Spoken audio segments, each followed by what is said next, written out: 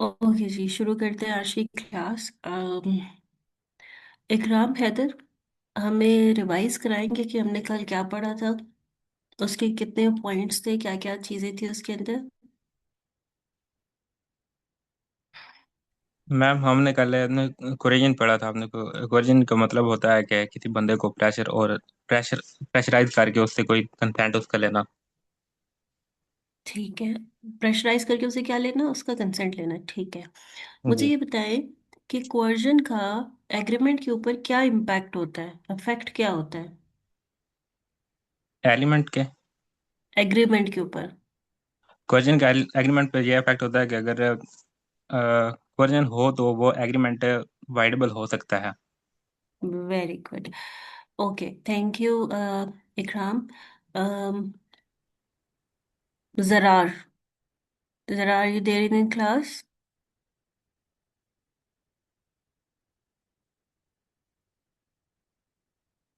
जी जरार, आप बताएंगे मुझे क्वेश्चन के बारे में, what exactly question is.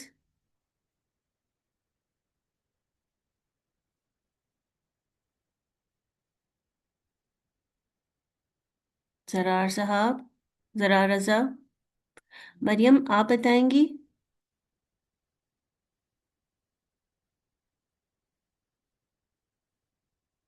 Ji Maryam, are you there in class?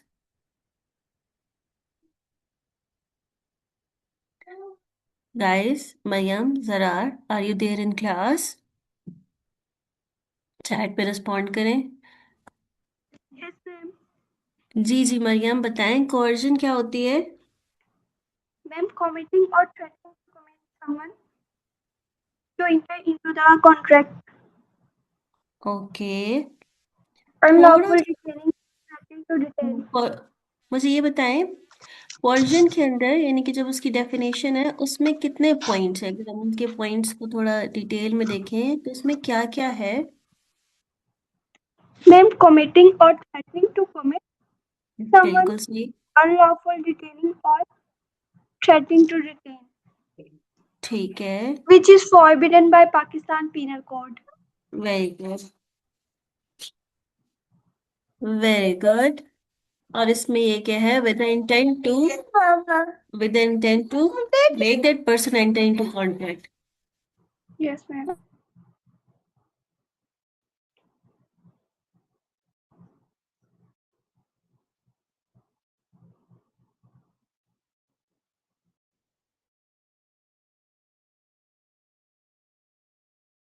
Okay, Haika, जी हाइका, आप मुझे बताएंगे कोerजन की अगर डेफिनेशन मैं आपसे पूछूं तो व्हाट एग्जैक्टली इज कोerजन की डेफिनेशन। Yes, ma'am. Coercion जी जी is committing or threatening to commit. Second जी, one is any act which is forbidden by Pakistan Penal Code. Third one ठीक is है, unlawful detaining. Fourth one बिल्कुल is सही है, threatening to detain any property. And last बिल्कुल। one is intention of causing any person to enter into a agreement. Very good, ठीक है बच्चों, आप लोगों ने इसी तरह जैसा हाइका ने पॉइंट्स बताए हैं इस तरह पॉइंट्स याद रखने हैं। ठीक है, कोशिश करें कि लफ्ज अंग्रेजी का हो। ठीक है, मरियम बच्चा आप एक पॉइंट सही थे, बस आवाज बहुत कम आ रही थी जिसकी वजह से आई कुडंट कम्प्रीहेंड एग्जैक्टली कि आप क्या कह रहे हैं। ठीक है, ओके। ईशा आसिफ मुझे ये बताएं कि एग्री कोerजन का एग्रीमेंट के ऊपर क्या इम्पैक्ट आता है। मैम बेसिकली अगर कोई पर्सन कोरियन करता है तो फिर हम लोग ये कॉन्ट्रैक्ट जो है वो वॉइडेबल हो सकता है at the option of aggrieved party. बिल्कुल सही है, और उसने क्या करना होगा, वो अगर वो वॉइडेबल करता है तो जितना उसने बेनिफिट रिसीव किया है वो सारा बेनिफिट रिटर्न करेगा। ठीक है, चले जी, अब हम जाते हैं। वेरी गुड, सब बच्चों ने बड़ा अच्छा पढ़ा है। ठीक है, बॉयज से रिक्वेस्ट है, गर्ल्स बाकी से भी, कि जिनके तो माइक का इशू है इनली अपने माइक के इशू को बेहतर बनाएं। ठीक है, इस मसले को खत्म करें एक दो दिनों में। आज हम शुरू पढ़ेंगे अनड्यू इन्फ्लुएंस। ठीक है, अब अनड्यू इन्फ्लुएंस होता क्या है, नाम से नजर आ रहा है, इन्फ्लुएंस होता है किसी के इन्फ्लुएंस में आना। अनड्यू बहुत ही ज्यादा आ जाना, ऐसा ही है। मतलब अगर जिस तरह आजकल एग्जाम्पल देती हूँ मैं आपको आजकल की। आज आप लोगों को भी आइडिया होगा, आप लोग भी इस स्टेज से सिंस गुजर रहे हैं, आपके घर में छोटे बहन भाई होंगे जो जेन जी से हैं, जेन जी या जेन अल्फा से हैं। कि जिस तरह अब आज से अगर हम चले जाएं 10-15 साल पहले चले जाते हैं, ठीक है, तो कोई एक आध पर्सन ऐसा था जो टर्म्ड एज इन्फ्लुएंसर। ठीक है, this is 2026। So back in, अगर हम जाएं 2020 में, sorry, just give me a minute.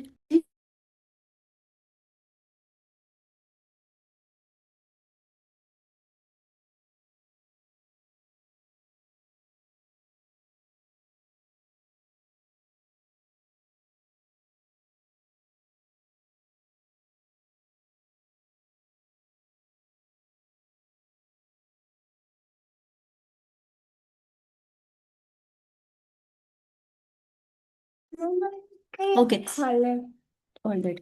सो हमें बात करी थी, अगर हम बात करें कि 2010 की या 11 की, ठीक है, तो अ, उस वक्त ये टर्म्स इतनी नहीं थी।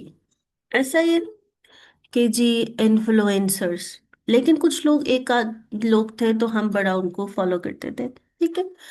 बट अब लाइक अगर हम अभी देखें 2016 ऑनवर्ड, इनके पिछले 10 सालों में, ये 15-16, इससे कि this is a very household name. Everybody is an influencer. Everybody it comes on the like a social media platform. And अब इन्फ्लुएंसर का काम क्या है? अब हमें जो चीज़ नहीं पता, सपोज कोई ब्रांड बड़े अच्छे कपड़े बना रही है, जूते बना रही है, ठीक है, अपनी दुकान पे बेच रही है, ऐसा ही है, अपनी वेबसाइट पे बेच रही है। वी हार्डली अगर कोई एडवर्टाइजमेंट हो तो हम देख लेते हैं। But what does the influencers do? वो उनके कपड़े पहन पहन के आपके हर सोशल मीडिया को बम्बार्ड कर देते हैं। कि इफ अगर वो चीज़ आपको नजर नहीं भी आनी, तो वो अब आना शुरू हो गया और बहुत ज्यादा आना शुरू हो गया, ठीक है। सिंस इत बड़ी बड़ी मार्केटिंग कैंपेन्स में ब्रांड्स के बहुत ज्यादा कॉस्ट लगते हैं, तो एक एक जोड़ा सबको भेज दो, वो तस्वीरें बना के लगा लेते हैं और फिर वो कपड़े वापस भी कर दो, उनसे वापस भी ले लो, ठीक है।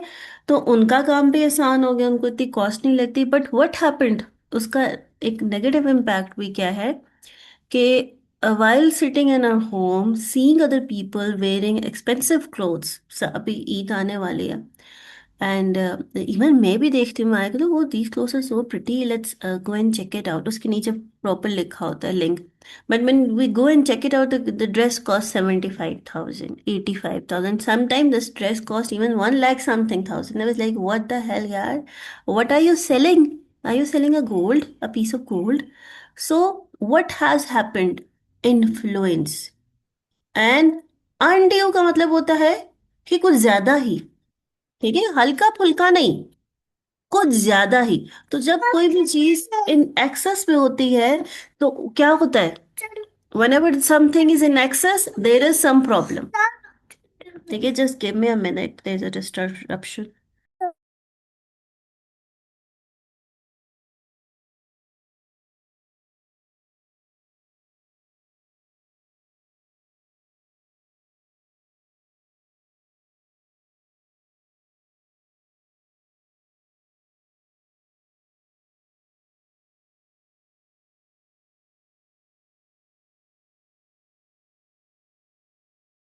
ठीक है, तो अनड्यू इन्फ्लुएंस का क्या मतलब होता है कि इन्फ्लुएंस होना, लेकिन अनड्यू कुछ ज्यादा ही, ठीक है।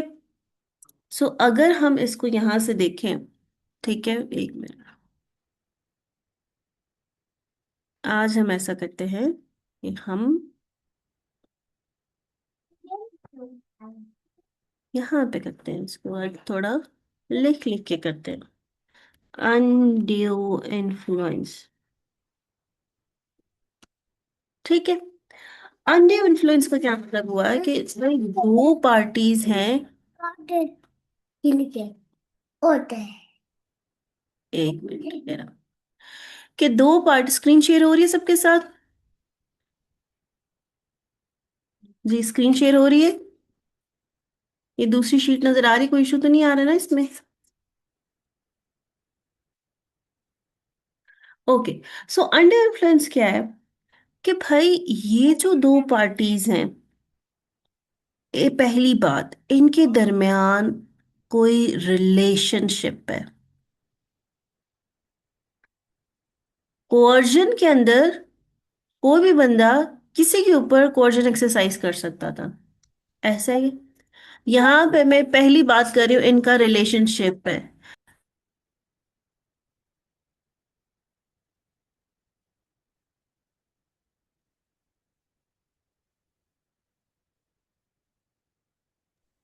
ठीक है।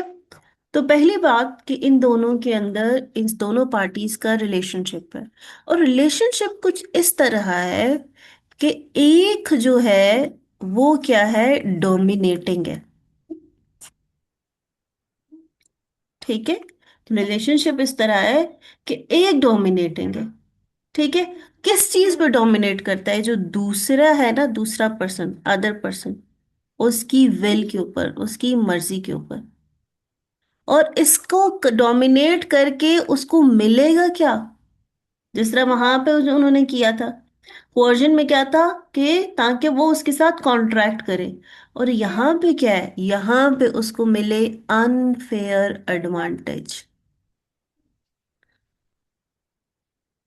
ठीक है। तो वो जो इन्फ्लुएंसर्स होते हैं वो क्या करते हैं, वो उनका इतना, अब वो क्या होता है, वो सब्सक्रिप्शंस होती है, नहीं सब्सक्राइबर्स होते हैं। उनके इतने सब्सक्राइबर्स होते हैं, उनके इतने फॉलोअर्स होते हैं कि जब वो देखते हैं हम कहते हैं वाह क्या बात है, और किसी ना किसी तरीके से we want to get that dress.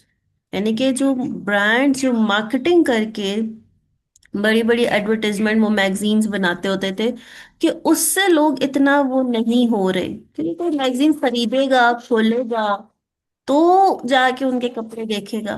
लेकिन अगर वीडियो कॉल पे आपकी एज की रैंडम बहुत सारी लड़कियां तस्वीरें बनाते, पोज बनाते हुए नजर आएंगी, तो वो ज्यादा अट्रैक्ट करेगा रादर देन एक मॉडल के।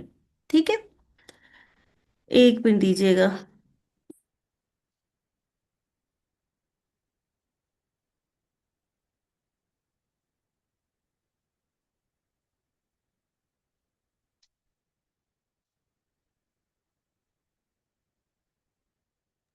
ठीक है। और एक और एग्जांपल जो हमने जब चैप्टर शुरू करने लगे थे वो दी थी, कि वो जो एक हमारे ड्रामाज में, रियल लाइफ में नहीं, हमारे ड्रामाज में वो एक दादी अम्मा होती हैं। ठीक है। ठीक है। जो कि पहली एपिसोड में ही वो जो दादी जो होती हैं वो कहती हैं मैं तो मरने वाली हूँ, तो भाई फलाने मेरे पोते पोती की शादी करा दो। ठीक है। और उनकी वो शादी कराती है, और फिर पूरा ड्रामा भी खत्म हो जाता है, पर दादी अम्मा को कुछ नहीं होता। दादी अम्मा ने क्या किया? Undue influence. अनड्यू इन्फ्लुएंस की वजह से उन्होंने, उनका रिलेशनशिप था जाहिर बात है पोते पोती के साथ, उन्होंने उनकी विल को डोमिनेट किया। किसके लिए? To get an unfair advantage.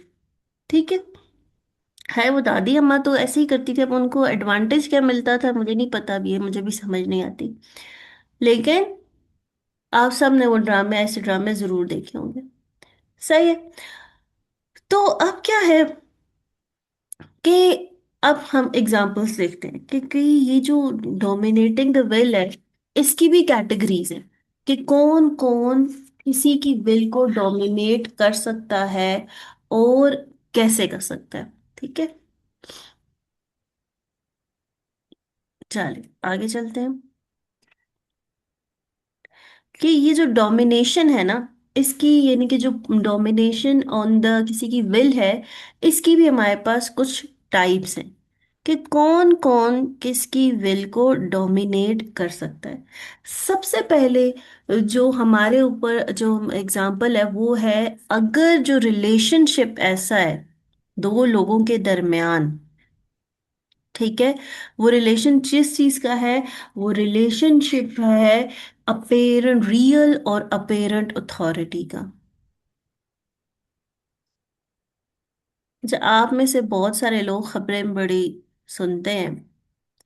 तो रिसेंटली 2 दिन पहले यहाँ पे क्वेटा के अंदर एक इंसिडेंट हुआ, जिसमें एक पुलिस एक गाड़ी के पीछे लगी हुई थी।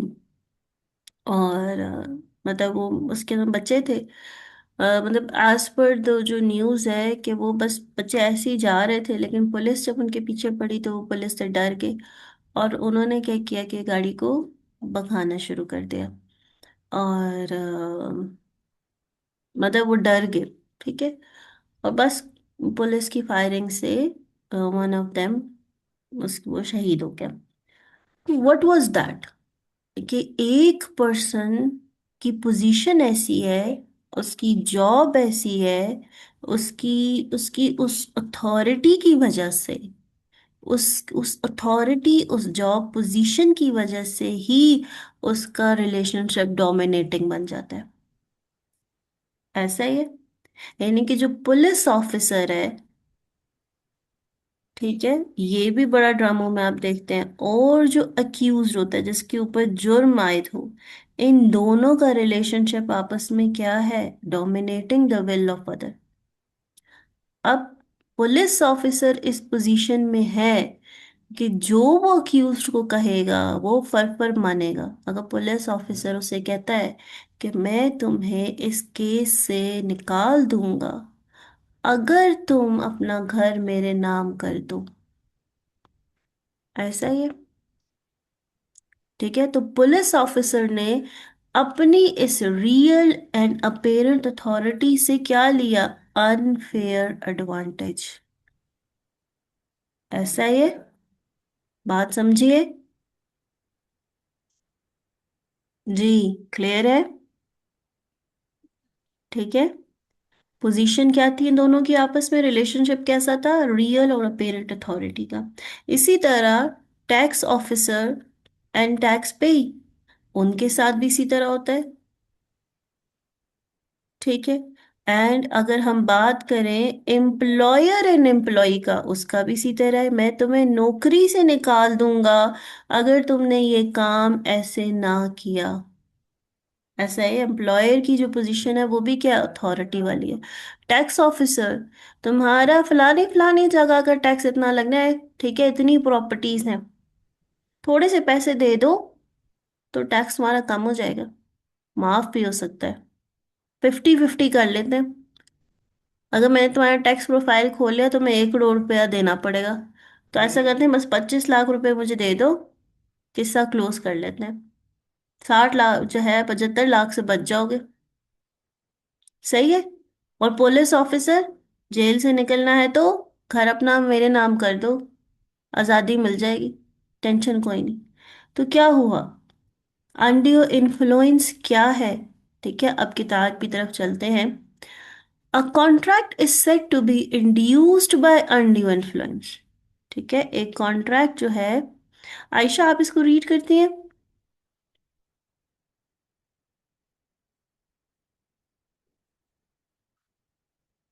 जी आयशा। आयशा अपना रीड करेंगी स्क्रीन पे, बाकी लोग खुद रीड करें।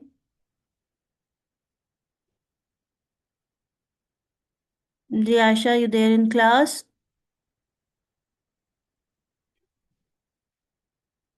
A contract is said to be induced by undue influence। induced का क्या मतलब होता है? कि ये कॉन्ट्रैक्ट हुआ किसकी वजह से है? किसकी वजह से? अनड्यू इन्फ्लुएंस की वजह से। कि एक कॉन्ट्रैक्ट को हम कहेंगे कि वो अनड्यू इन्फ्लुएंस की वजह से हुआ है। कब? Where the relations subsisting between the parties, कि उन दोनों पार्टीज के दरमियान जो रिलेशनशिप है आर सच दैट वो ऐसा है कि one of the parties is in position to dominate the will of other. कि एक पार्टी दूसरी पार्टी की विल को डोमिनेट कर सकती है and uses that position to obtain unfair advantage over the other. और उसी पोजीशन को इस्तेमाल करके वो अनफेयर एडवांटेज लेती है। तो कितने पॉइंट्स हैं? नंबर 1 कि उनका रिलेशनशिप ऐसा है कि एक पार्टी दूसरे की पार्टी की पोजीशन को डोमिनेट कर सकती है, और उस डोमिनेशन की वजह से वो unfair advantage over the other लेती है। एक दफा सारे डेफिनेशन खुद पढ़िए। और पढ़ना कैसे है ऐसे कि contract is induced by undue influence when the relationship between subsisting between the parties is such that the one party is in position dominate the will of other. ठीक है, जुबानी। पढ़ने के बाद डन का मैसेज कीजिए।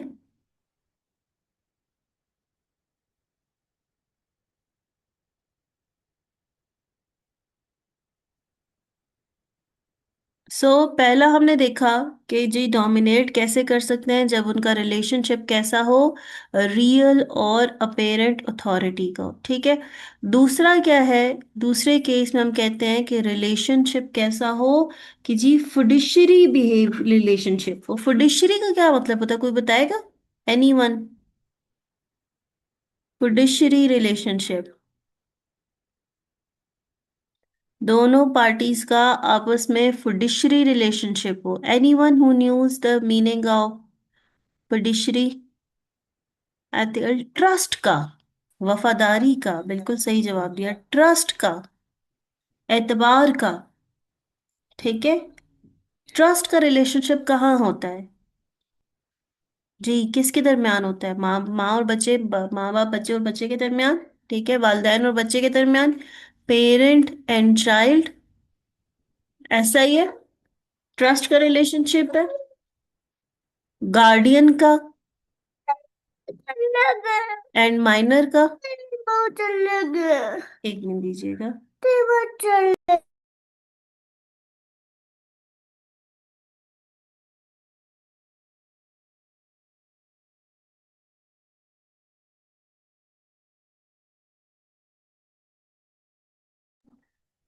ठीक है, गार्डियन एंड माइनर का रिलेशनशिप किस चीज का है? ट्रस्ट का रिलेशनशिप। अब एक और चीज, अभी जो मैं नाम लिखने लगी उस पर गौर कीजिएगा। एडवोकेट एंड क्लाइंट कहते हैं, आप लोगों ने सुना हुआ है कि जी वकील और डॉक्टर से कभी कुछ छुपाना नहीं चाहिए, तभी वो आप डॉक्टर आपका इलाज ठीक कर सकेगा और वकील आपका केस ठीक लड़ेगा। तो एक क्लाइंट का एडवोकेट के ऊपर बड़ा ट्रस्ट का रिलेशनशिप होता है। ऐसा है। Recently I met a friend, तो शी वॉज टेलिंग में, उसने एक कोर्ट केस किया हुआ था। एंड अब मैं उसे उसके टर्म्स पूछ रही थी कि अच्छा तुम्हारा वो जो कोर्ट केस फाइनल हुआ, उनकी आपस में जो पार्टीज थी उनकी एग्रीमेंट हुआ, तो कुछ उसमें टर्म्स थी। तो I was like why you agreed on this term ना, मतलब you shouldn't have agreed on this term. तो मैंने देन आज के तुम्हारे लॉयर ने भी तुम्हें नहीं समझाया कि why you agreed on this term? तो she is like, I think, मुझे ऐसा लगता है कि जो मेरा लॉयर था वो दूसरी पार्टी के साथ मिला हुआ था, एंड उसने मुझसे इन टर्म्स पे एग्री करवा लिया। तो यू गेट द स्टोरी कि व्हाट हैड हैपेंड। कि और हमारे तो टीवी ड्रामों में भी ये बड़ा होता है कि एडवोकेट के ऊपर ट्रस्ट का एक रिलेशनशिप होता है। तो एडवोकेट जो है, जो लॉयर है, वो इसी रिलेशनशिप को मैनिपुलेट कर सकता है। वो ही is in the position to dominate the will of other person. ऐसा ही है। तो क्या है यहाँ पे, यानी कि सिंस रिलेशनशिप की वजह से सब पेरेंट है ये डोमिनेट कर सकती है चाइल्ड की विल के ऊपर, तो obtain N unfair advantage guardian कर सकता है, एडवोकेट कर सकता है। ठीक है। इसी तरह ट्रस्टी एंड बेनिफिशियरी कर सकता है। ट्रस्टी कौन होता है आपको पता है? Anyone who knows? Fiance and fiancee हो कर सकता है। एनीवन हु नोज कि व्हाट इज ट्रस्टी? ट्रस्टी और बेनिफिशियरी क्या, ट्रस्टी क्या होता है सबसे पहले समझते हैं इस बात। ठीक है। ट्रस्टी क्या होता है कि सपोज एक पर्सन है। ठीक है। हम कहते हैं कि कुछ बच्चे हैं। ठीक है। एक फैमिली है, उसके मतलब 5 बच्चे हैं, 5 चिल्ड्रन हैं, उनके पेरेंट्स की डेथ हो गई। ठीक है। अब जाहिर बात है इन पेरेंट्स की कोई प्रॉपर्टी होगी, कुछ होगा। ठीक है। अब ये जो प्रॉपर्टी थी, कोर्ट के हुक्म से ये प्रॉपर्टी एक इदारे को ट्रांसफर होगी। एक ऑर्गेनाइजेशन थी, उसका नाम था प्लाना ट्रस्ट ORG। ठीक है। उस इदारे को ट्रांसफर कर दी कोर्ट ने कि तुमने इनकी प्रॉपर्टी को लुक आफ्टर करना है। ठीक है, इसका ख्याल रखना है। जो भी इस प्रॉपर्टी से रिटर्न आता है, बेनिफिट आता है, वो ये इन बच्चों को देना है। ये बच्चे कौन है? ये बेनिफिशरीज हैं। इनके फायदे के लिए इस्तेमाल करना है। ठीक है। और जब ये एज ऑफ मेजोरिटी के हो जाएंगे तो ये प्रॉपर्टी उनको ट्रांसफर हो जाएगी। ठीक है। इस तरह बहुत सारे ऑर्गेनाइजेशन है, जिस तरह आपने देखा होगा आई ट्रस्ट हॉस्पिटल। वो ट्रस्ट का हॉस्पिटल का मतलब क्या होता है कि बहुत सारे लोगों ने इस ऑर्गेनाइजेशन में अपना पैसा दे दिया है, मनी दे दिया है, और उनसे कहा है तुमने ये पैसा लोगों की वेलफेयर पे लगाना है। तो जो लोग हैं, वो जिनकी वेलफेयर पे लगाना है, वो कौन हो गए? वो बेनिफिशरीज हो गए। ठीक है। तो ट्रस्टी और बेनिफिशरी का भी आपस का जो रिलेशनशिप होता है, वो भी क्योंकि बेनिफिशरी किस पे डिपेंड कर रहे हैं, किस पे ट्रस्ट कर रहे हैं? उस ट्रस्टी पे। वो जो इस ऑर्गेनाइजेशन को देख रहा है, जो इस ऑर्गेनाइजेशन को कंट्रोल कर रहा है, जो उनके बेनिफिट के लिए काम कर रहा है। तो उसके पास भी पोजीशन होती है कि वो बेनिफिशरी के ओपिनियन को इन्फ्लुएंस कर सके। ठीक है। फियोंसे एंड फियोंसी, यहाँ पे आपको हस्बैंड एंड वाइफ का रिलेशनशिप नहीं मिलेगा। क्यों? Anyone can tell the reason? एक दिन शायद पहले भी हमने ये बात की थी इस बारे में। जी। हस्बैंड एंड वाइफ नहीं आते फिडेस्ट्री रिलेशनशिप में। Why? Because as per law अगर आप देखें तो हस्बैंड एंड वाइफ यानी कि जो मैरिज का कॉन्ट्रैक्ट है, वो अबव 18 years होता है। ऐसा ही है, मैरिज का कॉन्ट्रैक्ट आप सिर्फ 18 साल की से ऊपर कर सकते हैं। तो जो 18 साल के लोग हैं वो क्या है? एज ऑफ मेजोरिटी से हैं। ऐसा ही है। तो लॉ ये अज्यूम करता है since they are age of majority they can take a rational decision, they can understand the terms of the contract. ठीक है। तो यहाँ पे जो हस्बैंड एंड वाइफ का रिलेशनशिप है, उसमें कोई किसी की विल को डोमिनेट नहीं करता। ऐसा है, they are independent grown ups. But fiance and fiancee का जो रिलेशनशिप है, it's not a marriage, a contract of marriage. वो पक्का वाला एग्रीमेंट नहीं होता। ठीक है। It can be broken. तो इसमें जो फियांसे होता है, वो फियांसी की विल को डोमिनेट कर सकता है। ठीक है। हस्बैंड एंड वाइफ में हस्बैंड वाइफ की विल को डोमिनेट नहीं कर सकता। लेकिन फियांसे एंड फियांसी का रिलेशनशिप जो होता है, वो स्ट्रांग नहीं होता, तो इसमें वो उसको इन्फ्लुएंस कर सकता है। क्लियर हो गया? ये इस पे मत जाना कि हमारे मुआशरे में क्या होता है। ये कॉन्ट्रैक्ट एक्ट 1872 का है और अंग्रेजों का बनाया हुआ है।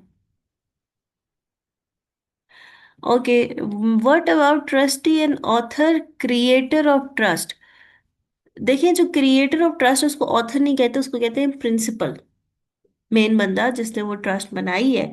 ठीक है। और वो कह रहा है तो बनाने वाले का और जो आगे काम करने वाला है, उसमें तो वो उसकी विल को डोमिनेट नहीं कर रहा ना। कोर्ट है। कोर्ट ने उस ट्रस्ट को ट्रांस कहा है कि तुमने इसकी प्रॉपर्टी को देखना है। अब कोर्ट तो और 10,000 काम कर रही है, वो कैसे उसको इन्फ्लुएंस करे? कोर्ट उसको क्या, किस चीज के तहत इन्फ्लुएंस करे? कोर्ट ने तो उसको प्रॉपर्टी ट्रांसफर की कि तुमने इनकी प्रॉपर्टी को लुक आफ्टर करना है। ठीक है। एक मिनट, क्वेश्चन किससे है?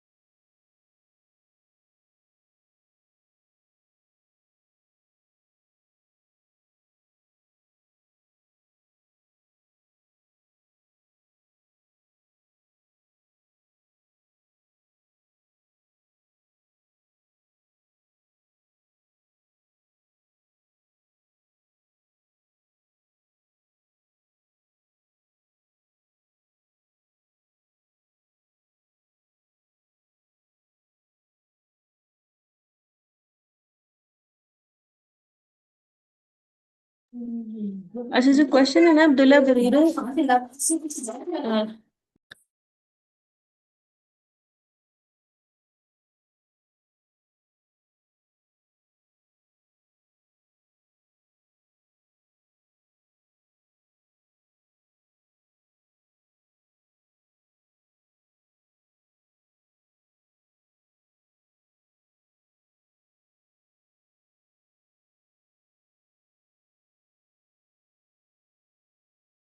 अच्छा ये चीज देखिएगा कि फादर अपने एसेट ट्रस्टी को क्यों ट्रांसफर करेगा। द क्वेश्चन इज, ऐसा होता नहीं है।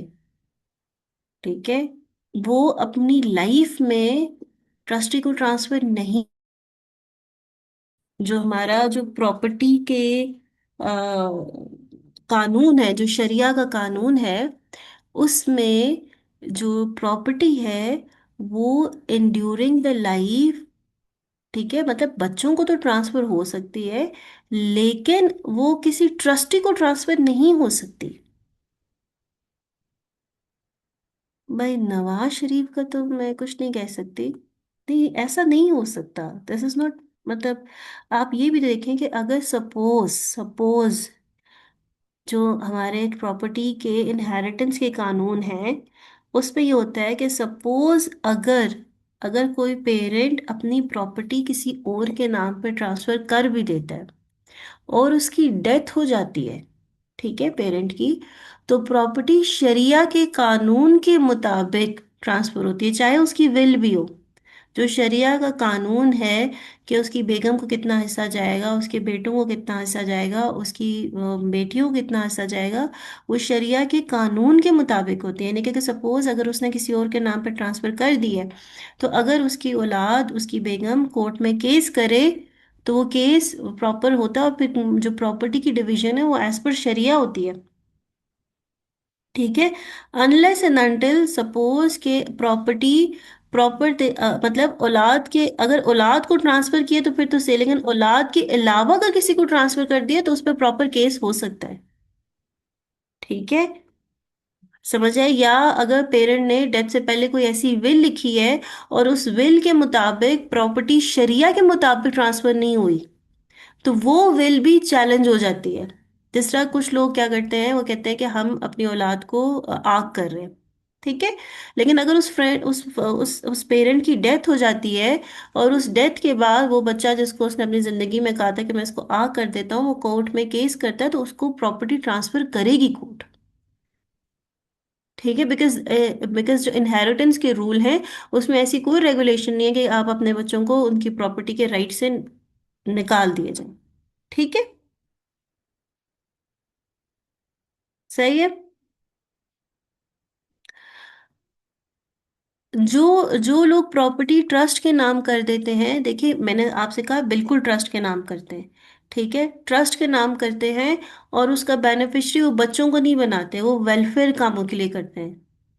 अगर अगर सपोज एक आदमी है, उसकी औलाद नहीं है, उसने अपनी प्रॉपर्टी वेलफेयर के नाम कर दिया, तो दैट्स फाइन, ठीक है, लेकिन अगर उसकी औलाद है और कल को उसकी डेथ के बाद औलाद केस करती है कि नहीं ये प्रॉपर्टी हमारी थी, तो कोर्ट इसको एंटरटेन करती है।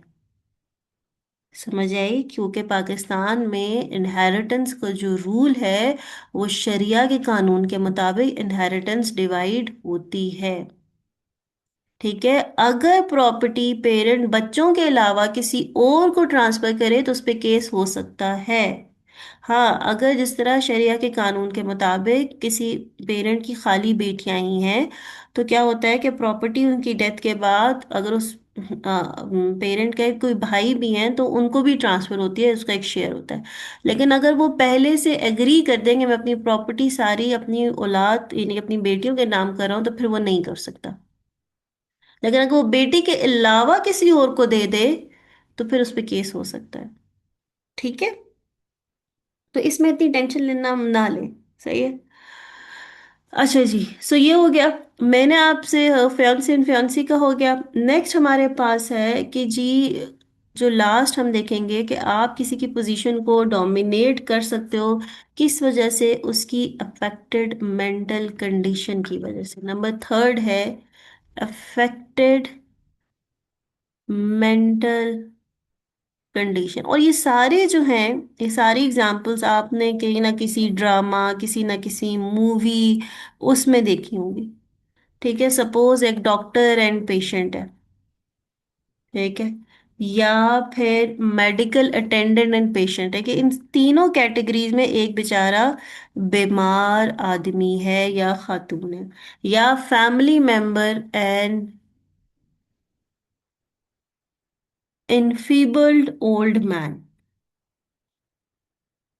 अब क्या हुआ, कैसे इन्फ्लुएंस होता है? सपोज डॉक्टर एंड पेशेंट है, डॉक्टर कहता है कि देखो मैं तुम्हारा कितना ख्याल रख रहा हूँ, सुबह से शाम तक तुम्हें देखता हूँ, तो मतलब तुम्हारी औलाद भी नहीं पूछा, तुम्हारी औलाद ने भी तुम्हें छोड़ दिया, बीवी बच्चों ने सबने छोड़ दिया, रिश्तेदारों ने छोड़ दिया, एक मैं ही हूँ जिसको तुम्हारी फिक्र है। लेकिन मैं भी अकेला हूँ, मैं भी कल मर खप जाऊंगा, मेरे पास भी कुछ वसाइल नहीं है, आप तो अमीर आदमी हैं, ठीक है, क्या ही हो कि आप मेरे लिए भी कुछ सोच लें, इतनी मैंने आपकी खिदमत की है, कोई एक आध घर प्रॉपर्टी प्लॉट मेरे नाम भी कर दें। ठीक है, इसी तरह मेडिकल अटेंडेंट एंड पेशेंट, जो नर्स होती है, वो भी यही काम कर सकती है, यही कहानी कर सकती है कि भी मैं तो अपनी जो है खिदमत खल की हदें क्रॉस कर ली है। ठीक है, आप कल को मर मरा जाएंगे तो मैं बेचारी तो गरीब ही रह जाऊंगी। ठीक है, family member and feeble old man, ठीक है, वो एक खास क्या कह सकते हैं उसको, फुप्पो भाभी चाची ताई अम्मी जो भी है, वो कहती है कि जी बाकी बहुओं ने तो आपका बिल्कुल नहीं ख्याल रखा, एक मैं ही हूँ जो आपका ख्याल रखती हूँ, सब कुछ करती हूँ, क्या ही हो कि देखिए मैंने इतनी खिदमत की है, एक प्लॉट आप मेरे नाम पे कर दें। ऐसा ही है। तो इन सारी सिचुएशंस में क्या हुआ कि जो दूसरा पर्सन है, जिसकी मेंटल कंडीशन इतनी ठीक नहीं, जो बीमार है, आप उसको जो कहेंगे वो आपकी बात सुनेगा, बाकी लोगों को तो आपका ख्याल ही नहीं है, एक मैं ही हूँ जिसको आपका ख्याल है। तो इन सारी चीजों की वजह से, जो एग्जाम्पल्स मैंने आपको दिए हैं, कि इन पार्टीज का आपस का जो रिलेशनशिप है, उसमें या तो अपेरियल और अपेरेंट अथॉरिटी है, ठीक है, या फिर फिडुशियरी रिलेशनशिप है, ट्रस्ट का रिलेशनशिप है, या फिर एक की मेंटल कंडीशन इनकैपेसिटेटेड है, कि मेंटल कंडीशन इन्फेक्टेड है। इनफीबल्ड ओल्ड मैन का क्या मतलब होता है? ओल्ड मैन या वुमेन जो डिपेंडेंट हो अपनी हर चीज के लिए किसी और के ऊपर। इन तीनों चीजों की वजह से एक पार्टी डोमिनेट करती है द विल ऑफ अदर, दूसरे की विल पे, और इस डोमिनेशन की वजह से वो क्या लेती है? Unfair advantage. वो एक प्लॉट मेरे नाम पे कर दें, वो थोड़ी सी जमीन मेरे पे नाम कर दें, अपना सोना मुझे दे दें, ठीक है, मैंने इतनी आपकी खिदमत की है, थोड़ा सा गोल्ड तो मेरे नाम पे हो जाना चाहिए, कोई मसला तो नहीं होगा। सो ये तीनों कैटेगरीज यहाँ पे आपके पास लिखी हुई है। ठीक है, एग्जाम्पल्स मैंने एग्जाम्पल्स ये देखें, सारी एग्जाम्पल्स भी आ गई हैं, एग्जाम्पल 10, एग्जाम्पल 11, एग्जाम्पल 12। आगे अब आ रहा है burden of proof. Burden of proof क्या है? सपोज हमने कहा कि जी ये एग्रीमेंट किसी वजह से हो गया, फॉर इंस्टेंस एक पुलिस ऑफिसर था और अक्यूज था, ठीक है, अब पुलिस ऑफिसर और अक्यूज था, पुलिस ऑफिसर ने कहा कि मैं तुम्हें जेल से छुड़वा दूंगा अगर तुम ये हाउस मेरे नाम पर ट्रांसफर कर दो। ठीक है, यानी कि अक्यूज उसको क्या दे रहा है? हाउस। और पुलिस ऑफिसर उसको क्या दे रहा है? रहाई। ऐसा ही है, उसको बेल दे रहा है। ठीक है, ठीक है, उसकी बेल में अप्रूव कर दिया। ठीक, अब क्या हुआ, बाद में जब ये अक्यूज जेल से बाहर आ गया, इसको रिहाई मिल गई, इसको ख्याल आया कि यार मैं तो जुर्म किया हुआ ही नहीं था, मुझे तो वैसी पुलिस ने फंसा लिया, उस वक्त तो चलो डर गया था, लेकिन अब जब सोचने आया तो मुझे तो उसने ऐसे ही फंसाया और मेरा घर भी ले लिया। अब क्या करेगा? कोर्ट के पास चला जाएगा, कोर्ट से कहेगा कि ये जो एग्रीमेंट हुआ है, जिसमें मैंने अपना हाउस ट्रांसफर किया है इस बंदे को। ये जो एग्रीमेंट हुआ है, अक्यूज का नाम सपोज अली कर देते हैं, पुलिस का नाम अकबर कर देते हैं, ठीक है, और ये हाउस ट्रांसफर हुआ है, ये अनड्यू इन्फ्लुएंस के तहत हुआ है। क्योंकि मैं मुझे वैसे झूठे केस में इन्होंने जेल में फंसा दिया। एक मिनट दीजिएगा।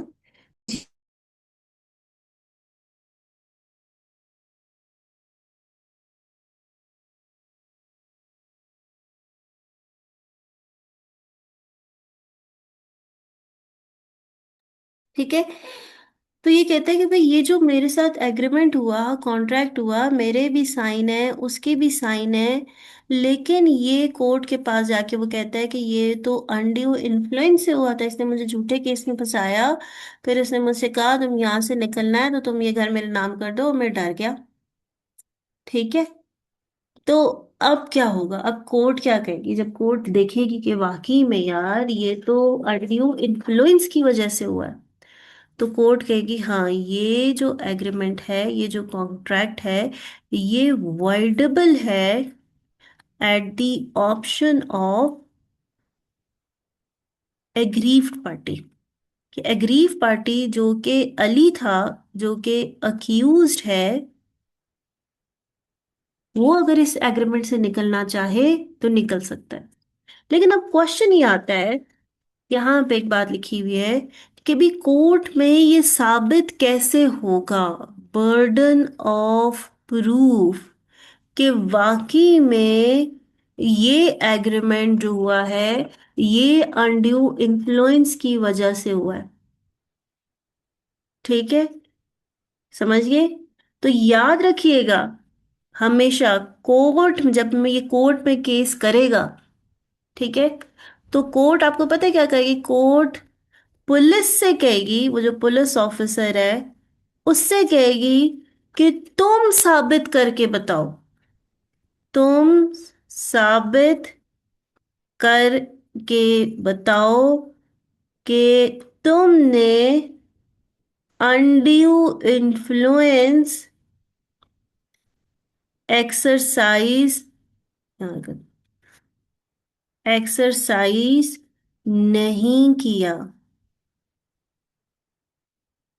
पुलिस हरगिज अक्यूज से नहीं कहेगी कि तुम साबित करके बताओ कि तुम्हारे ऊपर अनड्यू इन्फ्लुएंस है। वो तो पहले ही बेचारा मिस्कीन है, वो तो पहले ही बच्चा डराया डरा हुआ है। तो कोर्ट किसको पकड़ेगी? वो जो डोमिनेटिंग पोजीशन में था। ठीक है, क्यों? एक बेचारा मिस्कीन हो, सपोज एक बंदा है, उस पे चोरी का इल्जाम लग गया कि उसने चोरी की है, और उसको पकड़ के जेल में ले, वो बेचारा पहले डरा हुआ है, माफिया मांग रहा है, मैंने चोरी नहीं की, मैंने चोरी नहीं की, मैंने चोरी नहीं की। उस बेचारे को तो वो तो डिप्रेशन में गया हुआ है, उसको तो मेंटल कैपेसिटी नहीं है कि वो कोई और बात कर सके सिवाय इसके। तो लॉ ये कहता है जिसने इल्जाम लगाया है ना, उससे को प्रूफ करके दिखाए, उसको कहेंगे तुम रिलैक्स बैठो बेटा, तुम रिलैक्स करो। दूसरे से कहेंगे तुम साबित करके बताओ कि इसने चोरी कैसे की है, तुम साबित करके बताओ कि इसने चोरी की है। ठीक है, तो कोर्ट किससे कहेगी? वो जो डोमिनेटिंग पोजीशन में था कि तुम साबित करके बताओ कि ये भाई ये जो एग्रीमेंट है अनड्यू इन्फ्लुएंस से नहीं हुआ। तो ऊपर जितने भी एग्जाम्पल्स हमने पढ़ी हैं, अगर कोई पर्सन हिम्मत करके कोर्ट के पास चला जाता है, तो ये जस्ट यहाँ पे टैक्स ऑफिसर एंड टैक्स पे ही है। टैक्स ऑफिसर कोर्ट में साबित करेगा कि भाई मैंने एग्रीमेंट टैक्स पेई के साथ अनड्यू इन्फ्लुएंस के साथ नहीं किया।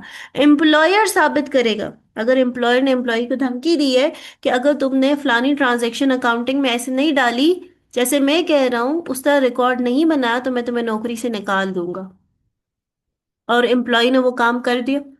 बाद में एम्प्लॉय कोर्ट के पास चला गया कि भाई इस बंदे ने मेरे से ये काम करवाया और ये इसने करवाया, तो कोर्ट में कौन साबित करेगा? एम्प्लॉयर साबित करेगा कि भाई मैंने ये काम नहीं करवाया, मैं मजलूम हूं। ठीक है, जहाँ फिडेस्ट्री रिलेशनशिप है, वहां पेरेंट एंड चाइल्ड है, तो पेरेंट विल प्रूव कि उसने अपने बच्चे के साथ जो है अनड्यू इन्फ्लुएंस एक्सरसाइज नहीं किया। Guardian will prove, advocate will prove, trustee will prove, fiance will prove. ठीक है, मेडिकल अटेंडेंट, फैमिली मेंबर और डॉक्टर विल प्रूव कि उसने दूसरे बंदे के साथ अगर एग्रीमेंट किया है तो वो उसने उसकी एंडी इन्फ्लुएंस के साथ उसकी पोजीशन को डोमिनेट नहीं किया। क्लियर है बात की? पढ़े जरा बर्डन ऑफ प्रूफ।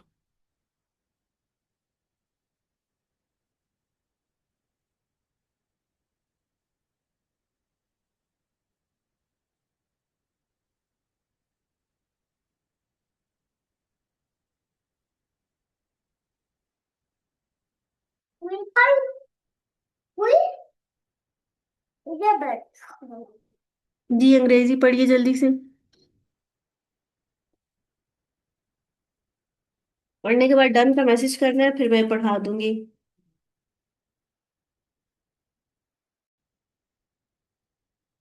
पढ़ने का तरीका भी बताया हुआ है कि उर्दू में कन्वर्ट करते जाए अगर किसी चीज की समझ नहीं आती।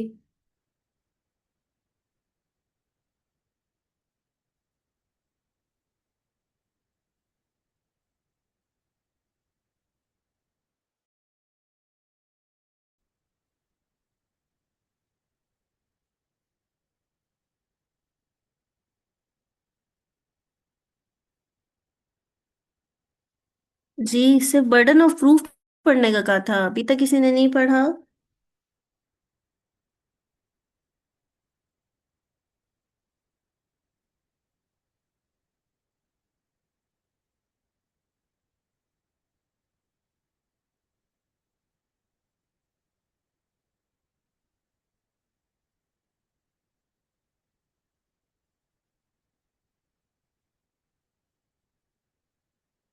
फियांसे को करेंगे ना, फियांसे बेचारी लड़की, उसका क्या लेना देना।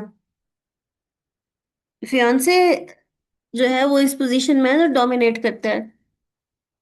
तुमने मेरी बात नहीं मानी, मंगनी तोड़ दूंगा।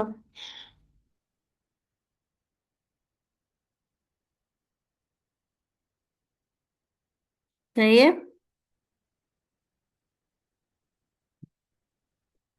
वो 2026 में कर सकती है। ठीक है। I agree Saad Hasan, I agree with you. ये कॉन्ट्रैक्ट एक्ट 1872 का है। ठीक है। आजकल कर सकती है, मुंह भी तोड़ सकती है। खुद रिंग उठा के उसके मुंह पे मार सकती है, कर सकती है। बट हम कॉन्ट्रैक्ट एक्ट 1919 का पढ़ रहे हैं। हमारे अम्मा बाबा भी उस वक्त नहीं थे। आई डोंट थिंक हमारे दादा दादी भी थे। ठीक है। तो दैट्स द रीजन। इसीलिए मैंने आपको पहले बताया, इसमें कंफ्यूज नहीं होना। Keep this thing in mind कि 1872 में आई डोंट थिंक सो कि हमारे दादा दादी क्या, उससे भी पिछली जनरेशन में भी ना हो। ठीक है। आई रिमेम्बर, मैं मतलब my dada used to tell me about the, जब पाकिस्तान बना था तो ही वाज लाइक बहुत छोटे, 4-5 साल के या 6 साल के। तो इट मीन्स कि फिर उनके अम्मा बाबा से भी उनके 1872 बड़ी पुरानी कहानी है भाई। ठीक है। वो सर सैयद अहमद अली खान के टाइप के दौर की बात है। उसी दौर में था ना कुछ, सर सैयद अहमद अली खान का जो दौर था। खैर, मैं भी किन से मुखातिब हूँ जिनको पता ही नहीं होगा अगर सर सैयद अहमद अली खान थे कौन। चलें कोई नहीं, खैर है। तो बर्डन ऑफ प्रूफ क्या है? Where a person who is in the position to dominate the will of other. कि जब एक पर्सन दूसरे की जो इस पोजीशन पे है कि दूसरे की विल को डोमिनेट कर सकता है, enters into a contract with him. तो वो क्या होता है उसके साथ, जहाँ पे एक पर्सन दूसरे की विल को डोमिनेट कर सकता है और वो उस दूसरे पर्सन के साथ कॉन्ट्रैक्ट कर देने के, हम ऐसा करते हैं यहाँ पे तस्वीर बनाते हैं, डोमिनेटिंग को थोड़ा बड़ा बना देते हैं और जो हमारा दूसरा पर्सन है एग्रीव्ड उसको छोटा बना लेते हैं। कि इन दोनों के दरमियान हो जाता है आपस में क्या, एक अदद कॉन्ट्रैक्ट। एंड ट्रांजेक्शन अपीयर्स, और वो कॉन्ट्रैक्ट हो गया, दोनों ने साइन कर दिया। कॉन्ट्रैक्ट क्या हुआ कि ये जो हमारा बेचारा है ये उसको अपना घर ट्रांसफर कर देगा। ठीक है। And the transaction appears on the face of it और ऑन द एविडेंस एड्यूस्ड। कि भाई उस ट्रांजैक्शन को देख के ही पता चल रहा है, on the face of it उसको देख के ही समझ आ रही है। और ऑन द एविडेंस, या उसके सबूत जो मिल रहा है उससे पता चल रहा है मतलब उस ट्रांजेक्शन को देख के हम समझ आ रही है कि भाई ये एम्प्लॉयर जो है वो एम्प्लॉय के साथ उसको मतलब क्यों इस तरह हो रहा है कि एम्प्लॉय ने कोई काम गलत कर दिया, या या जो है एक बच्चा है उसने अपनी सारी प्रॉपर्टी अपने अम्मा अब्बा के नाम कर दी, ठीक है, या एक क्लाइंट ने वकील के नाम पे एक प्लॉट कर दिया, या एक टैक्स पेयर ने, भाई तुमने क्यों किया। एक बड़ा अजीब लग रहा है कि भी कंसिडरेशन भी ठीक नहीं लग रही है। उसने ये चीज क्यों की कि उसके या तो शक्ल से ही देख के लग रहा है या फिर कोई और सबूत मिल गए टू बी अनकॉन्शनेबल। ठीक है, अनकॉन्शनेबल का क्या मतलब होता है, कोई बताएगा? जी, एनीवन, कोई बताएगा? नहीं बताएगा?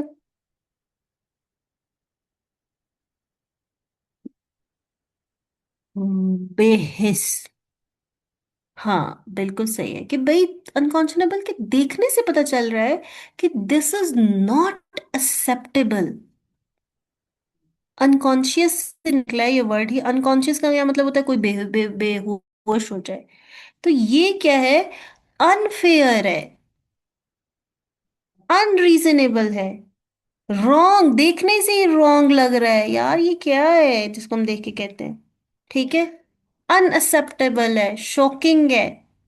वो आजकल क्या होते हैं वो व्लॉगर्स, व्लॉगर्स ही होते हैं ना, वो जो यूट्यूब पे वीडियोस बनाते हैं अपने घर की, अपने खानदान वालों की, और बस मेरे हाल में पता नहीं वो सोते हुए भी शायद कैमरा लगा के सोते हैं, उठते हैं कैमरा लगा होता है, और वो बहुत वियर्ड लग रही होती है, अनअक्सेप्टेबल लग रही होती है कि यार what is this, what where are we going. ठीक है, I remember back in like 2017-18, तो मैं आप ही की तरह के एक जनरेशन के खातून के साथ बैठी हुई थी, and what she is doing, वो एक कोई यूट्यूबर था, उसकी ना वो वीडियो देख रही, तो वो पता नहीं क्या नाम था उसका, कुछ शम समथिंग इस तरह का नाम था, एंड आई वाज लाइक ये क्या देख रही हूँ, कह रही है मुझे उसने बताया कि अभी इसकी शादी हुई है और अभी ये हो रहा है, अभी वो, मैंने कहा but why you are so much interesting in that person. She is like मजा आता है देखने में, अच्छा लगता है, मतलब why you are following him and why you are looking at him. तो मे बी आपकी जनरेशन को वो अच्छा लगता है, मुझे बड़ा वो शॉकिंग लगा कि व्हाट इज दिस। तो वो बैक इन, मैं आपको कहानी सुना रही हूँ 2017-18 की, आज 2026 है, दिस इज सो कॉमन कि वो जो चीज़ मुझे उस वक्त बुरी लगती थी वो इतनी कॉमन हो गई है कि लोग मतलब क्या से क्या दिखा रहे हैं, वो शादी कर रहे हैं, उनके अम्मा अब्बा हर बंदे ने कैमरे पकड़े हुए हैं, और वो I don't know what kind of this. तो अनकॉन्शनेबल का मतलब क्या होता है कि जो देखने में ही आपको बस लगे कि यार this is not right, this is wrong, this is morally unacceptable. कि जी दादी अम्मा बीमार थी, वो बस उन्होंने क्या किया, दो पोता पोती की शादी करा दी। ठीक है, अब जो है हम सपोज करते हैं कि जो उनकी पोती है वो 40 साल की और पोता 19 साल का है, तो देखने में लग रहा है कि यार व्हाट इज दिस। ठीक है, कि ये हुआ क्या है, सही।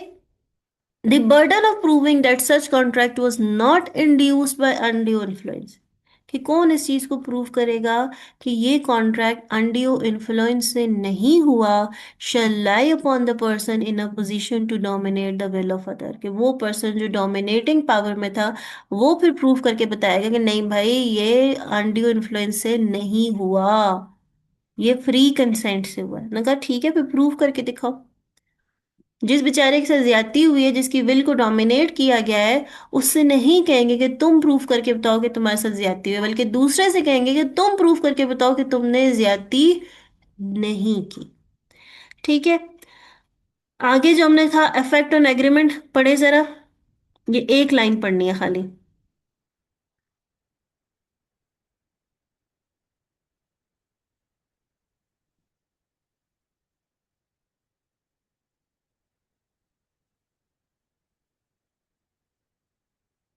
ठीक है, कि भाई जो क्या है, एग्रीमेंट क्या होता है, वॉइडेबल होता है, लेकिन अब यहाँ पे थोड़ा सा डिफरेंस है कोर्जन से। कोर्जन में क्या था, जो बेनिफिट लिया है सारा का सारा वापस कर दो, जो कुछ लिया है वो सारा वापस कर दो। लेकिन यहाँ पे डिफरेंट है। यहाँ पे एक डिफरेंट क्या है, if the party who was entitled to avoid it has received any benefit under the contract upon such terms and conditions at the court may just seem just, कि वो तब वो वापस करेगी वो चीज जब कोर्ट उसे कहेगी, जो टर्म्स एंड कंडीशंस कोर्ट रखेगी। ठीक है, सही है। कि अगर कोई पार्टी कॉन्ट्रैक्ट को अवॉइड करना चाहती है, पहले तो हमने कहा था जितना बेनिफिट लिया सारा का सारा रीपे करना होगा, मनी लिया वापस करना होगा, बेनिफिट लिया रिटर्न करना होगा। लेकिन अनड्यू इन्फ्लुएंस के अंदर कोर्ट बताएगी कितना वापस करना है, क्या वापस करना है, क्या नहीं करना। अच्छा, एक क्वेश्चन है, वो क्वेश्चन में देख लूँ, काफी बड़ा। ड्यूरेलिटी की वजह से कोरोजन की बजाय, अच्छा ये बेटा ये कोरोजन नहीं है, कोअर्जन है। कोअर्जन, कोरोजन का मतलब होता है कि वो जो लोहा होता है, वो लोहे को जंग लगता है ना, उसे कहते हैं क्रोजन हो गया है। ठीक है, सही है, रस्ट हो गया है। क्रोजन का मतलब होता है जो जिस चीज में रगड़ आ जाए, ठीक है, फ्रिक्शन आ जाए, उसे क्रोजन कहते हैं। फ्रिक्शन आ जाए, रगड़ आ जाए, ठीक है, तो दिस इज कोअर्जन। ठीक है। अच्छा, क्वेश्चन क्या है, due to relationship between party की वजह से कोअर्जन के बजाय इंटरफेरेंस हो सकता है। जी हाँ, कोअर्जन के अंदर रिलेशनशिप जरूरी नहीं है, वो कोई भी किसी के ऊपर कर सकता है। रिलेशनशिप हो भी सकता है कि चाचा ने भतीजे के ऊपर, भतीजे को धमकी दे दी, ठीक है, दो भाइयों ने एक दूसरे को धमकी दे दी, हो भी सकता है, ठीक है, और नहीं भी हो सकता, जरूरी नहीं है। कोअर्जन के अंदर रिलेशनशिप इंपॉर्टेंट नहीं है। कोई भी बंदा किसी के ऊपर कोअर्जन एक्सरसाइज कर सकता है। कोई भी बंदा किसी के ऊपर कोअर्जन एक्सरसाइज कर, लेकिन अनड्यू इन्फ्लुएंस के लिए आपको पहले कोई रिलेशनशिप बनाना पड़ता है। ऐसा तो नहीं है ना कि मैं बस में जा रही हूँ और मैं किसी के ऊपर अनड्यू इन्फ्लुएंस एक्सरसाइज कर लूँ, अगर तू कौन मैं कौन। ऐसा है, ये तो नहीं है ना कि मैंने 5 मिनट का सफर करना है, एक स्टेशन से दूसरे स्टेशन पे उतरना है और मेरा अनड्यू इन्फ्लुएंस आ जाए। ऐसा तो नहीं होता। आपको रिलेशनशिप एस्टैब्लिश करना पड़ता है। ऐसा है, जिस तरह मैंने कहा पुलिस ऑफिसर का और एक नॉर्मल बंदे का, उस उसकी अथॉरिटी की वजह से वो उसके डराने धमकाने की वजह से रिलेशनशिप बन जाता है। ठीक है,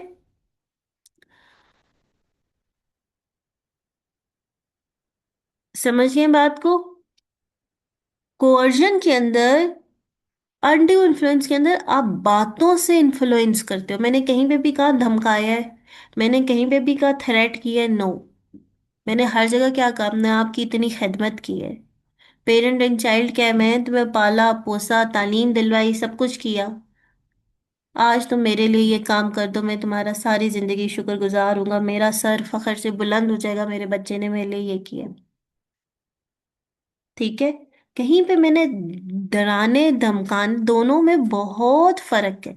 और वो फर्क जो है आपको यहाँ पे नजर आएगा। ये देखें कि कोअर्जन के अंदर कंसेंट कैसे ली जा रही है, थ्रेट से, कोई ऐसा एक्ट करने से जो कि forbidden by Pakistan penal code है। अनड्यू इन्फ्लुएंस में क्या है, मीठी जुबान मीठी छुरी, इसके ऊपर आप लिख लें, ये है मीठी छुरी। और ये क्या है, असल में डंडा है। ऐसा ही है, असल में धमकाना है। सही है। आपके फैमिली में बड़े बहुत सारे लोग होते हैं मीठी छुरी, और बहुत सारे लोग डंडा भी होते हैं। ऐसा ही है। So keep them in mind जब टॉपिक पढ़ रहे हो कि वो अनड्यू इन्फ्लुएंस है, वो एंटी कोअर्जन है। ऐसा ही। Nature of pressure, it involves physical pressure, it involves मीठी छुरी, बातों बातों से अपना काम करते हैं। कहता है कि पार्टीज टू द कॉन्ट्रैक्ट हो सकता है रिलेटेड हो सकता है ना हो। ठीक है, जरूरी नहीं है, किसी के ऊपर भी काम चल जाएगा, पर यहाँ पे जो है वो किसी ना किसी तरह का उनके दरमियान रिलेशनशिप होता है। कोअर्जन के अंदर इंटेंशन क्या है कि वो आपके साथ कॉन्ट्रैक्ट कर लें, यहाँ पे इंटेंशन क्या है, अनफेयर एडवांटेज। मैंने आपकी इतनी खिदमत की है, बाकी बहुओं ने तो अब खिदमत ही नहीं की, तो सास अम्मा ने क्या किया, काश मेरा सारा जेवर इस बहू को जाएगा, इसने मेरी बड़ी खिदमत की है। बाकी तो आती ही नहीं है, पूछती ही नहीं है, फोन ही नहीं किया उन्होंने आपको, पता नहीं भूल गए शायद, बच्चों में अपना लगे हैं, माँ बाप की फिक्र ही नहीं है। ठीक है। Criminal liability, coercion is illegal, ऐसा ही है। अनडू इन्फ्लुएंस, मीठी छुरी के अंदर क्रिमिनल लायबिलिटी नहीं आती, ऐसा ही है, क्योंकि यहाँ पे तो डंडा है, यहाँ पे क्या है, मीठी छुरी है। ऑन होम, कोर्जन किस पे एक्सरसाइज हो सकती है, किसी पे भी। कर कौन सकता है, कोई भी कर सकता है।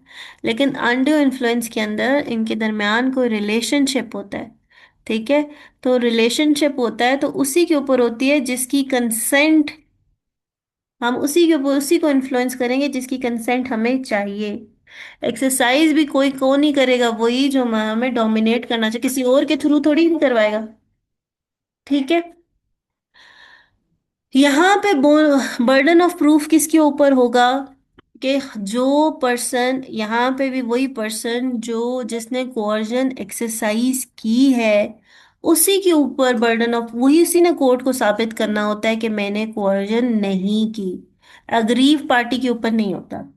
इसी तरह यहाँ पे भी बर्डन ऑफ प्रूफ उस पार्टी के ऊपर होता है जो डोमिनेटिंग पोजीशन पे होती है। यहाँ पे बर्डन ऑफ प्रूफ उसी पार्टी ने करना होता है जिसने थ्रेट किया होता है, जिसने कमिट किया होता है वो एक्ट, या जिसने डिटेन किया होता है, कि भाई उसने साबित करके बताना है कि मैंने थ्रेट नहीं किया, मैंने डिटेन नहीं किया, मैंने कोई भी act forbidden by Pakistan penal code नहीं किया।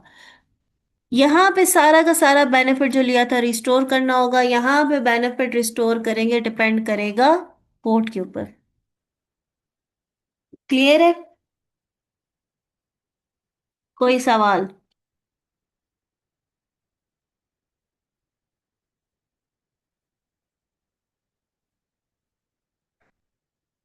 जी बिल्कुल, ऐसा है। जो टीचर टीचर और स्टूडेंट का रिलेशनशिप है वो हो सकता है, लेकिन बहुत ज्यादा नहीं हो सकता। क्यों? टीचर जो है वो पढ़ा रहा है ना, उसके पास कोई अथॉरिटी है? नहीं है। टीचर के पास कोई अथॉरिटी है? टीचर के हाथ में कुछ है? हाँ, पेपर पास करने वाला हो सकता है, कि अगर सपोज एक टीचर है जिसके हाथ में पास या फेल है, yes then he has authority. अगर सिचुएशन ऐसी हो कि एक टीचर है और वो स्टूडेंट से कहता है कि तुमने अगर फलानी प्रॉपर्टी मेरे नाम पे नहीं की तो मैं तुम्हें फेल कर दूंगा, सही है। तो ये जो है अनड्यू इन्फ्लुएंस से ज्यादा कोर्जन में फॉल करता है। क्यों? थ्रेट किया है, ऐसा ही है। थ्रेट की है, ये थ्रेट है। क्योंकि अनड्यू इन्फ्लुएंस का मतलब होता है कि आप दूसरे पर्सन की विल को डोमिनेट करो, तो टीचर इस तरह डोमिनेट नहीं कर सकता विल को, मर्जी को। नहीं है ये आज में, क्लीन है, क्लीन है। ठीक है, समझ गए बात को? सही है। क्योंकि टीचर आया, जिस तरह मैं हूं, अब मैं आई, मैं आपको पढ़ा के चली जाऊंगी, सही है। अब मैं जो मर्जी आपको मैसेज पे मिन्नतें करती रहूं, बहुत सारे बच्चे हैं जो अगर रिकॉर्डिंग सुन रहे हैं उनको पता होगा, जो आते हैं उनको तो मैं नहीं कुछ कहती, जो नहीं आते उनको मैं कहती हूँ भाई क्लास ले लो, क्लास ले लो, क्लास ले लो। मेरे इन्फ्लुएंस में आते हैं? नहीं आते? आते हैं आप लोग मेरे इन्फ्लुएंस में? मेरी बात सुनते हो खुल्लम खुल्ला, मैं कहती हूँ बेटा 10 मिनट पढ़ के आना, नहीं पढ़ते आते, क्या कर लेंगी ज्यादा से ज्यादा? डांट ही लेंगी। तो कोई बात नहीं, ऑनलाइन डांट रही है, डांटती रहे बैठ के, कौन सा हमें पड़ रही है। वीडियो खत्म, रखूं डांट खत्म। कौन सा हमारे ऊपर कुछ गुजर रहा है? ना वो हमें जानती ना हम उनको जानते, बोलते ही रहे, ना ये साथ वाले जानते कि मेरी बेइज्जती हुई थी। ठीक है। कल रिकॉर्ड किया था, 5 मिनट में रीड किया था, वेरी गुड बच्चों। अच्छा, एक और क्वेश्चन है, प्रोबेबिलिटी ऑफ एविडेंस पर डिसीजन होगा या beyond all reasonable doubt in case of coercion? Coercion क्या है? क्रिमिनल, ऐसा ही है। तो क्रिमिनल केस में क्या होता है? 100% आपको चाहिए होता है, नो डाउट, ऐसा ही है। क्रिमिनल केस के अंदर 100% श्योरिटी होती है, प्रोबेबिलिटी के बेस में नहीं होता।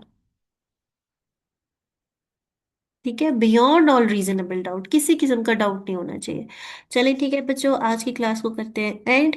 आज हमने पढ़े हैं 2 सफ़े, तो 2 सफ़े पे मैक्सिमम 20 मिनट्स लगने चाहिए, इससे ज़्यादा नहीं लगेंगे। और मैं आपको बताऊँ, दो है नहीं, असल में एक ही है। ठीक है, अगर उसको जोड़ जाड़ के लिख लेंगे फिर भी मैं आपको दो कर रही हूँ। ठीक है, very good Asadullah, keep on doing this. और उसके बाद, अच्छा आज अब पढ़ेंगे ना, तो आज अब गेम थोड़ी सी अप हो गई है। कैसे गेम अप हुई है? कि आपने अपना पढ़ा और एक दफा माइंड में रिवाइज करना है। एक तो पढ़ भी रहे हैं कि कोर्जन और दोनों में डिफरेंस क्या है, और थोड़ा सा डिफरेंस क्या है, जरा सा है। ठीक है, कि एक के अंदर आप धमका रहे हो, डरा रहे हो, दूसरे के अंदर मीठी छुरी, जो मैंने आपको बताया कि रिलेशनशिप ऐसा है कि आप इन्फ्लुएंस कर रहे हो। ठीक है, सही है। और अगर आप में से कोई बड़ा भाई है या बड़ी बहन है, नहीं नहीं ये बहुत डेंजरस है, इसको छोड़ो, तो उसको पता है कि वो ये दोनों काम कर सकता है, उसके पास कैपेबिलिटी है, कोerजन की भी और अनड्यू इन्फ्लुएंस की भी।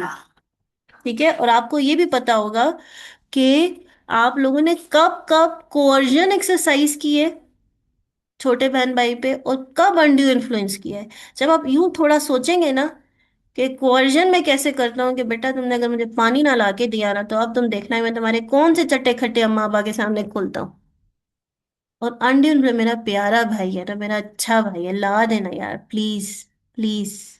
ठीक है, तो कुछ जो छोटे हैं वो उनको भी पता होना चाहिए कि जब उनके ऊपर कोerजन और अनड्यू इन्फ्लुएंस कैसे होता है, अगर आप एग्रीव पार्टी है, तो भी आप बड़ा आसानी से इस टॉपिक को समझ सकते हैं। ठीक है, याद रखिएगा बिजनेस लॉ जो है ना, मैंने आपसे क्या कहा है, हमेशा हमेशा इसी तरह की स्टोरियां, कहानियां, चाहे वो मैं सुनाऊं चाहे वो आप खुद बनाए, इसी से पास होगा। मैंने इंटर्नशिप नहीं की थी बेटा, मैंने आर्टिकलशिप किए थे और केपीएमजी से किए थे। ठीक है,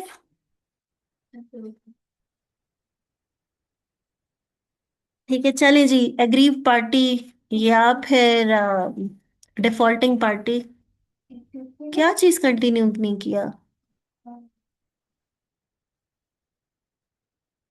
ने क्या नहीं कंटिन्यू किया? जॉब मैं कर रही हूँ ना, आपको पढ़ा रही हूँ ना, as a chartered accountant. Negi का काम नहीं है ये, बतूल छोड़ तू।